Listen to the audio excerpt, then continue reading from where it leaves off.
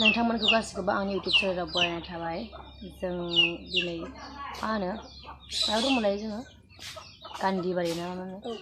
गान्धीबारि तामुलपुर नगरेश्वरनि गेजेराव बिब्दि गान्धीबारि गामि दं आरो बेयाव जोङो श' खालामनो फैदों। दिनै सेकेन्ड नाइट जाबाय ओमफ्राय जों ओंखाम थानो हायैनि दा जोङो मा होनो साहा जि मोनो परथाफोर लाना फैनोसै आरो लेट जायो नालाय सानजौफुनिया ओमफ्राय फैनानै जों बेदर बाहाय लाना फैनोसै एवनोसै जानोसै आरो सिख्लाफोर गोजा ज' लोगो मोन्दों। ओरैनोबाथ' आंनि रुमा एक्सट्रा जायो सिख्लाफोरना मोसानायफोरना एक्सट्रा जायो खिन्थु एबार खनसेयावहाय जोङो मोनसे न'खरावनो मोननै रुम मोनबाय आरो आंनि मोनसे बिसोरनि मोनसे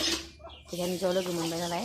ज' साहा जों थांसै जोङो आरो दा जों ज'यैनो बेदर एसे एवना जानोसै आरो ज' इन्टारेस्ट नाङो नालाय ज' जाबा।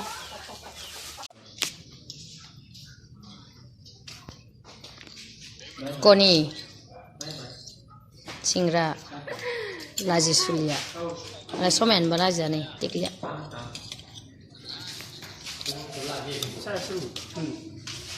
साया ओइसोरनो सोनो होबाय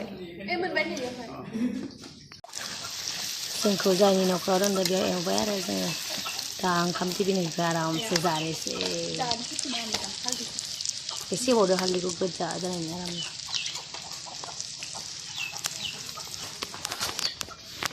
जोंनि रुमा नै रा जों बिसिनाव थादों आरो दै मोननाया मोनखागोन दै थावा बुरजाखान नालाय मोनबाय दिनैनि भिडिअखौ एसेयावनो दोनथ'नोसै जों जानायखौ होथ'ला मानो होनबा जोंना ओंखाम टिफिनानो मोनफैयाखै मोननानै दा खोबना दोनसै 7 जोन जों 7 जोन